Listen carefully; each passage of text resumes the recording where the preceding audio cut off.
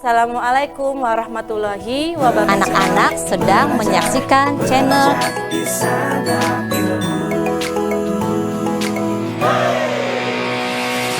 Belajar di Santap Ilmu. Banyak video-video baru yang selalu terkasih menemanimu. Ayo belajar di Santap Ilmu. Oke, assalamualaikum warahmatullahi wabarakatuh. Ketemu lagi dalam channel Santap Ilmu. Pertemuan kali ini bersama Ibu Tita Rismawati dari SMP Negeri 2 Gempol.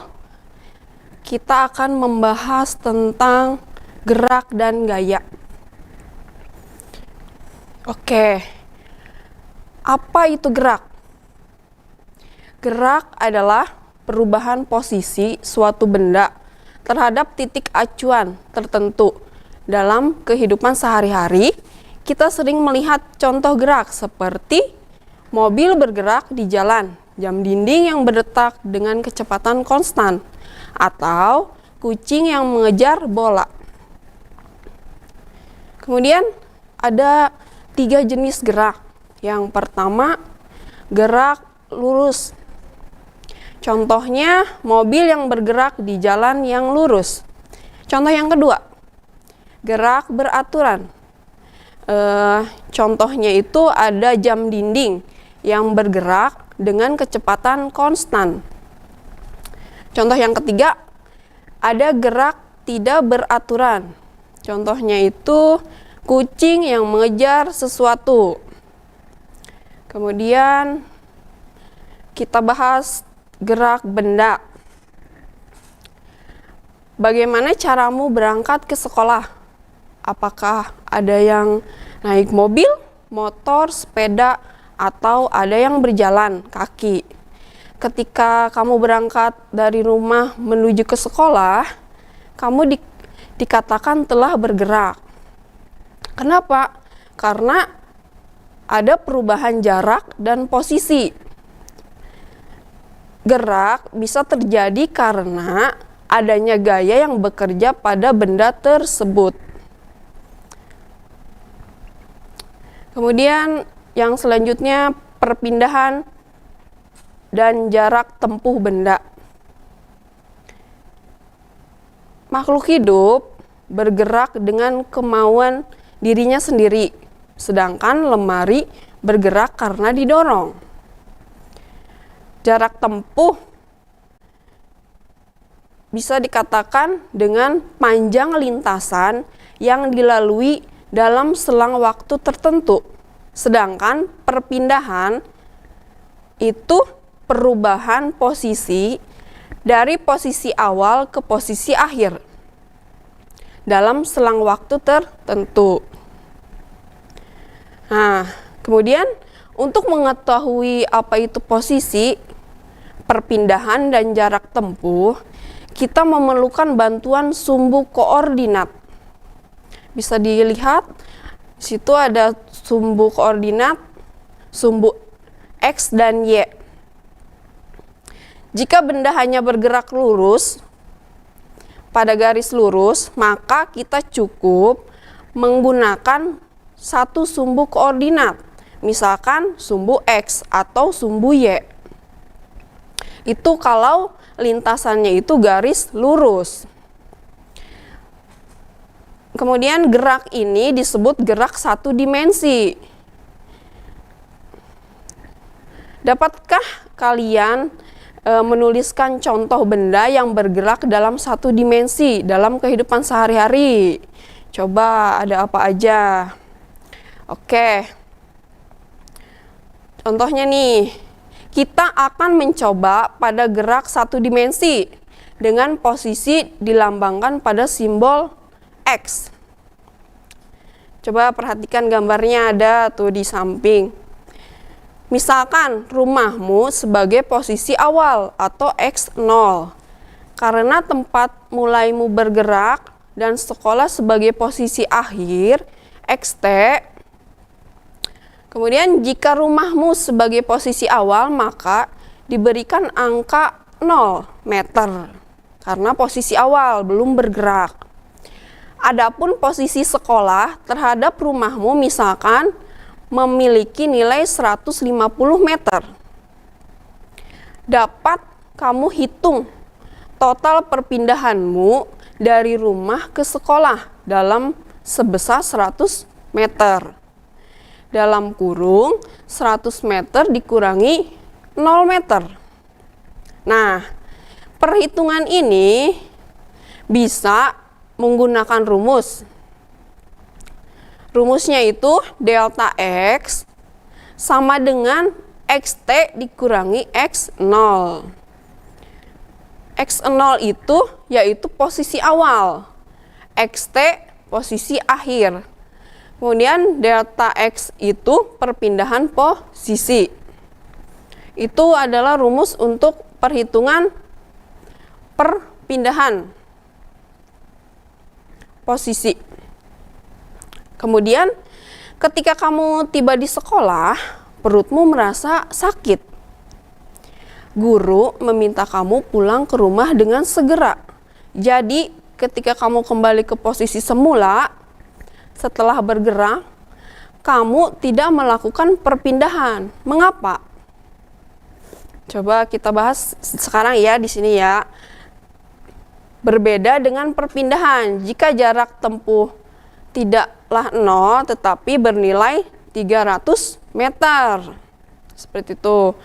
Mengapa jarak tempuh bernilai 300 meter? Apa yang membedakan perpindahan dan jarak tempuh? Yuk kita bahas lagi di sini. Bisa menggunakan rumus lagi nih. Delta X sama dengan XT dikurangi X0.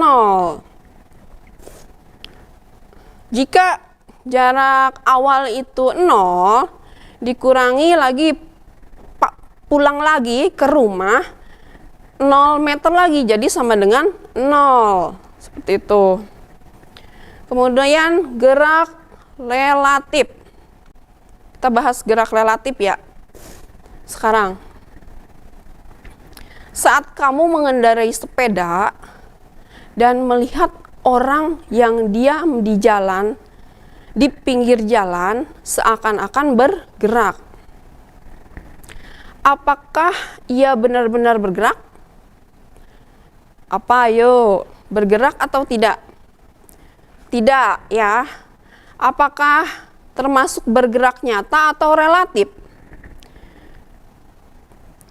Termasuk gerak relatif. Ya betul. Gerak relatif itu benda yang diam tetapi oleh pengamat terlihat seolah-olah benda tersebut bergerak. Contohnya lagi, pada saat kita naik bus, pepohonan di tepi jalan seperti bergerak berlari meninggalkan kita. Ya, seperti bergerak pepohonan di pinggir jalan itu. Padahal sebenarnya yang bergerak adalah bus saat kita sedang berada di dalamnya. Ya, itu jadi dinamakan gerak relatif. Kemudian kelajuan yang berkaitan dengan gerak. Ada kelajuan. Kelajuan itu apa? Kelajuan itu adalah seberapa cepat sebuah benda menempuh jarak tertentu dalam satuan waktu tanpa memperhitungkan arah benda tersebut bergerak. Tuh ya. Kelajuan biasanya itu disebut sebagai kecepatan. Padahal keduanya berbeda. Penjelasan lebih lanjut akan disampaikan selanjutnya, di slide selanjutnya. Oke ya, kita bahas selanjutnya. Nah, selanjutnya itu dengan membandingkan jarak tempuh terhadap waktu, maka kamu akan mendapat nilai kelajuan sebuah benda ketika bergerak. Kelajuan dapat ditulis dalam persamaan berikut. atau bisa dirumuskan ya. Rumusnya itu V sama dengan S dibagi T. V-nya itu adalah kelajuan, satuannya meter per sekon. S-nya jarak tempuh, satuannya meter. T-nya itu waktu, satuannya adalah detik. Itu untuk rumus kelajuan. Nah, ada lagi, tadi rumus kelajuan, sekarang kelajuan rata-rata. Kelajuan rata-rata itu apa? Kelajuan gerak benda yang ditempuh, yang menempuh jarak perpindahan tertentu dalam waktu yang sama. Untuk kelajuan rata-rata, rumusnya untuk perhitungannya itu V sama dengan sigma S dibagi sigma T. V-nya itu apa? Kelajuan rata-rata, satuannya meter per sekon. Sigma S itu jumlah jarak tempuh, satuannya meter.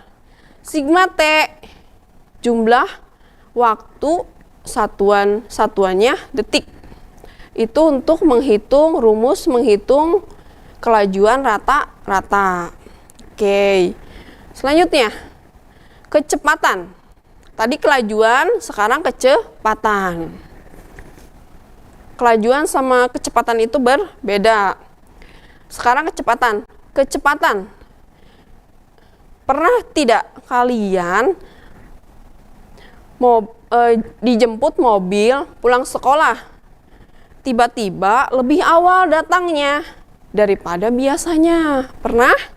Oh, kalau pernah, kenapa ya itu ya? Nah, padahal jarak tempuhnya sama seperti biasa. Kira-kira apa yang terjadi dengan mobil tersebut?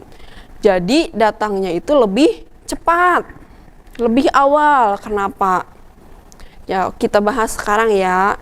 Jadi di dalam kecepatan ini, seberapa cepat perpindahan suatu benda dalam satuan waktu tertentu. Nah, kecepatan besaran vektor karena memiliki nilai besar dan satuan, serta harus dinyatakan arah berbeda. Arah benda tersebut bergerak. Seperti itu. Nah, untuk menghitung kecepatan benda, rumusnya itu ada V sama dengan X dibagi T. V-nya apa? V-nya itu kecepatan, satuannya meter per sekon. X-nya perpindahan, satuannya meter. Untuk T-nya jumlah waktu, satuannya detik. Itu.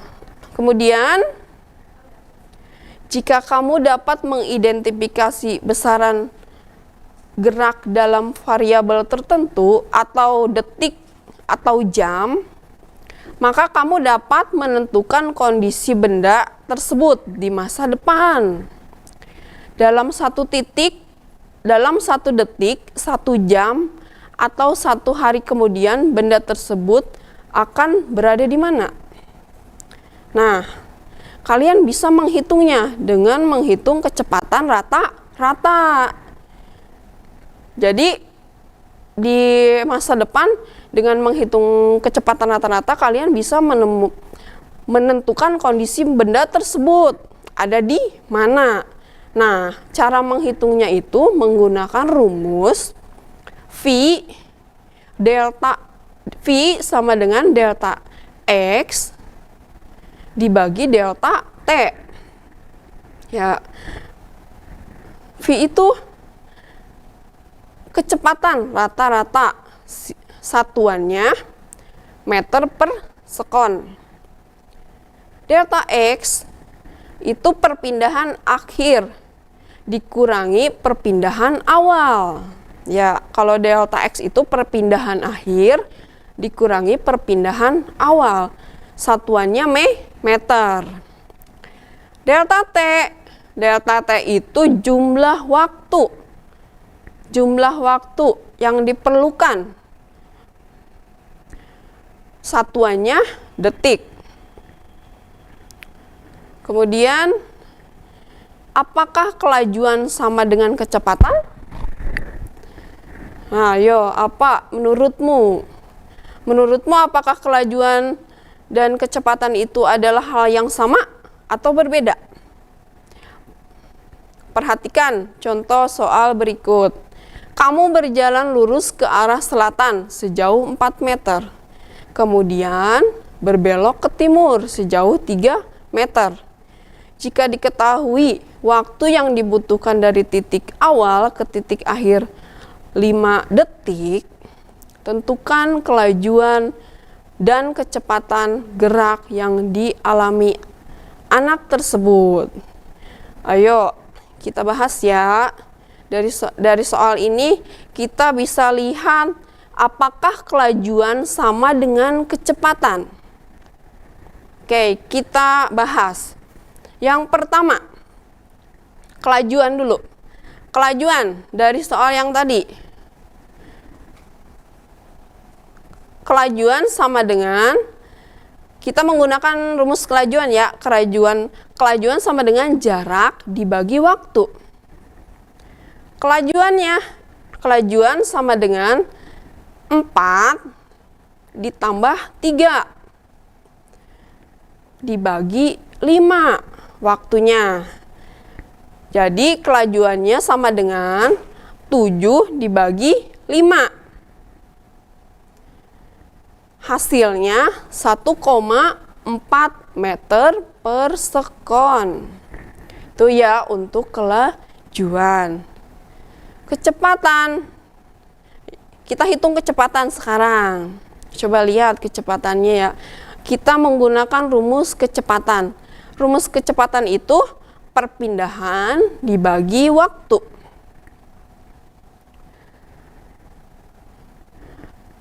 Kita masukkan angkanya. 4/2 ditambah 3/2 di akar ya, dibagi 5. Kemudian turun lagi setelah dihitung 16 ditambah 9 akar dibagi 5. Turun lagi hasilnya dari perhitungan yang di atas 25 akar 25 dibagi 5. 5 turun lagi hasilnya 5 dibagi 5. Maka hasil akhir dari kecepatan itu 1 meter sekon ke arah tenggara. Jadi untuk kelajuan dan kecepatan itu berbeda. Ya, bisa dilihat dari soal yang tadi hasilnya itu untuk kelajuan 1,4 meter per sekon, untuk kecepatan 1 meter per sekon. Oke, selanjutnya kita ada ini, mobil berkecepatan tinggi. Pernahkah kalian melihat mobil dengan kecepatan tinggi? Tahukah kamu mobil tercepat di dunia mampu mencapai kecepatan lebih dari 450 km per jam dan memiliki harga yang mencapai miliaran rupiah? Ayo, menurutmu apakah faktor apa saja yang membuat mobil sport dapat melaju sangat cepat? Apa saja yang membuat mobil tersebut memiliki harga yang mahal? Diskusikanlah bersama teman-temanmu. Oke. Kenapa mobil sport itu kecepatannya sangat cepat dari mobil-mobil biasanya, bisa mencapai 450 km per jam? Ayo diskusikan dengan temanmu ya. Kemudian kita bahas percepatan. Nah, percepatan. Ketika bergerak, kecepatan sebuah benda berubah-ubah. Ya. Perubahan tersebut dapat berupa perubahan nilai arah, dan perubahan nilai dan arah. Perubahan tersebut dinamakan percepatan. Ya, percepatan. Jadi percepatan itu bisa dikatakan perubahan kecepatan gerak benda tiap satuan waktu. Percepatan dapat dituliskan dengan persamaan. Nah, untuk menghitung percepatan bisa menggunakan persamaan atau rumus sebagai berikut. Bisa dilihat nih di layar ya. Ada A sama dengan VT dikurangi V0 dibagi T akhir dikurangi T awal. Nah, keterangannya untuk A-nya itu percepatan gerak benda. Satuannya meter sekon persegi kuadrat. Untuk V0 atau V awal, kecepatan awal satuannya meter per sekon. VT yaitu kecepatan akhir satuannya meter per sekon. T0 itu waktu awal satuannya sekon atau detik. T akhir satuannya sekon atau detik. Itu persamaan percepatan. Kemudian kita bahas gaya. Gaya ya. Tadi kan gerak sudah kita bahas, sekarang kita bahas tentang gaya. Gaya itu apa? Nah, kita bahas ya. Selain gerak, ada juga gaya yang mempengaruhi benda.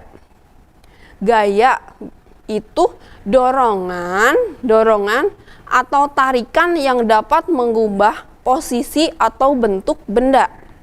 Contohnya apa? Membuka pintu itu ditarik. Ya, kan membuka, ditarik. Ada yang tarik, ada yang didorong. Apel jatuh dari pohon. Itu ada gaya gravitasi. Kemudian rem sepeda. Rem sepeda itu ada gaya gesek. Satu lagi, ketapel. Kalau ketapel itu gayanya gaya pegas. Ya. Kemudian, apakah gaya dapat bernilai 0? Bisa bernilai 0 nggak gaya? Oh, ya betul, bisa. Kenapa? Kenapa gaya bisa bernilai 0? Karena gaya dapat bernilai 0 jika tidak ada gaya yang bekerja pada benda. Tidak ada gaya yang bekerja pada benda. Ketika benda bergerak dalam keadaan diam atau dalam keadaan gerak lurus beraturan tanpa percepatan atau perlambatan, berarti gaya total yang bekerja pada benda itu adalah 0. Jadi gaya yang dapat bernilai 0 itu gaya benda yang dalam keadaan diam atau bergerak lurus beraturan, seperti itu. Kemudian ada lagi nih pertanyaan, apakah paduan atau resultan gaya itu? Paduan atau resultan gaya itu hasil dari penjumlahan atau pengurangan gaya-gaya yang bekerja pada suatu benda.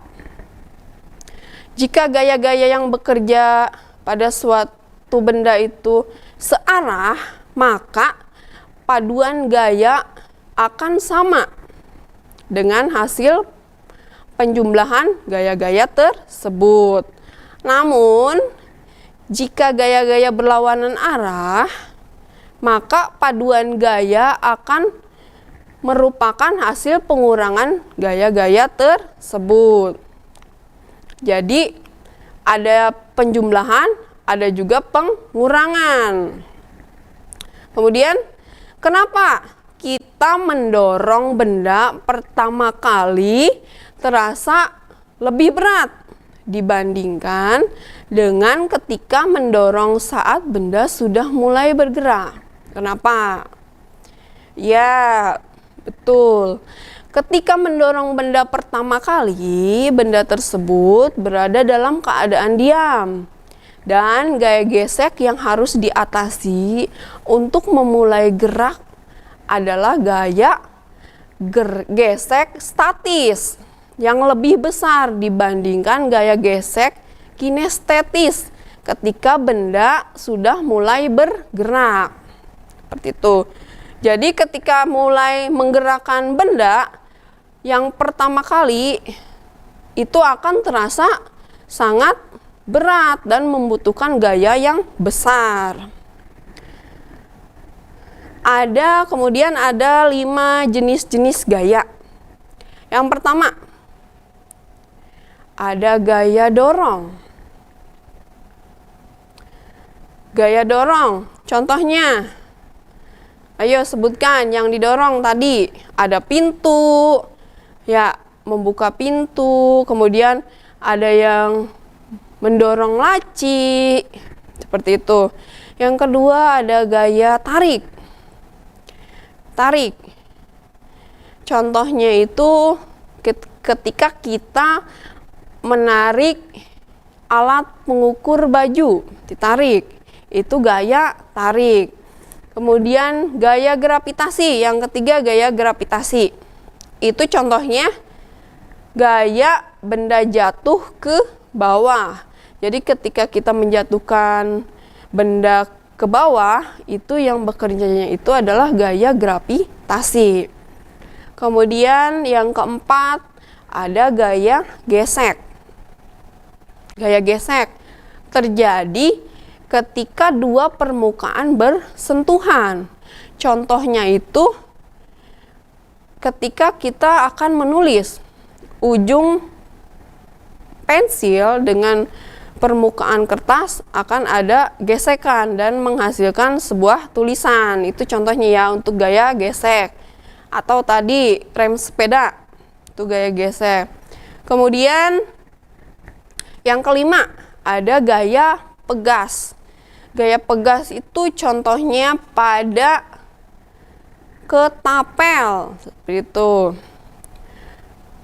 Gaya pegas itu gaya elastik yang muncul karena perubahan bentuk benda. Contohnya pada ketapel.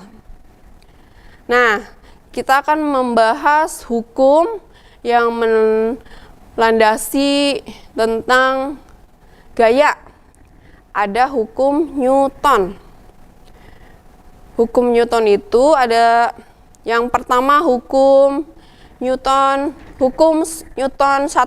Yang pertama, hukum pertama Newton menyatakan bahwa benda akan tetap diam atau bergerak lurus beraturan jika tidak ada gaya yang bekerja pada benda tersebut. Disebut juga hukum inersia. Itu untuk hukum 1 Newton. Hukum 2 Newton. Hukum 2 Newton itu menjelaskan bahwa hubungan antara gaya, massa, dan percepatan. Di sini bisa menggunakan rumus F sama dengan M dikali A. Misalkan nih ada soal, jika gaya 10 Newton bekerja pada benda bermassa 2 kg, percepatannya berapa? Bisa menggunakan rumus F sama dengan M dikali A. Jadi hasilnya itu 5 meter sekon kuadrat. Itu untuk hukum Newton 2. Kemudian ada hukum 3 Newton atau hukum Newton 3. Hukum ini menyatakan bahwa setiap aksi memiliki reaksi yang sama besar, tetapi berlawanan arah. Tuh, jadi ada aksi, ada reaksi. Kalau untuk di hukum Newton 3. Contohnya, ketika kita melompat, kaki yang mendorong tanah ke bawah dan tanah akan mendorong kita ke atas. Jadi di hukum Newton 3 ini ada aksi, ada reaksi seperti itu.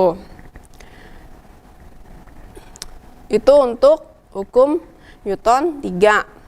Nah, untuk kesimpulan pembelajaran kali ini adalah dengan memahami konsep gerak dan gaya, kita bisa melihat bagaimana hukum fisika bekerja dalam kehidupan sehari-hari, mulai dari benda diam hingga bergerak. Semuanya dipengaruhi oleh gaya yang ada di sekitar kita. Mari terus belajar, bereksperimen, dan mengamati fenomena menarik ini untuk memperkaya pengetahuan kita. Nah, untuk pertemuan kali ini, semoga materi yang kita bahas tentang gerak dan gaya kita bisa terapkan pada kehidupan sehari-hari. Jangan lupa untuk subscribe, komen, dan like pada channel Santap Ilmu sebanyak-banyaknya. Terima kasih. Assalamualaikum warahmatullahi wabarakatuh. Terus dukung channel Santap Ilmu dengan like, subscribe, dan share konten-konten kami ke teman-teman kamu ya. Sampai bertemu di konten berikutnya. Ayo belajar di Santap Ilmu.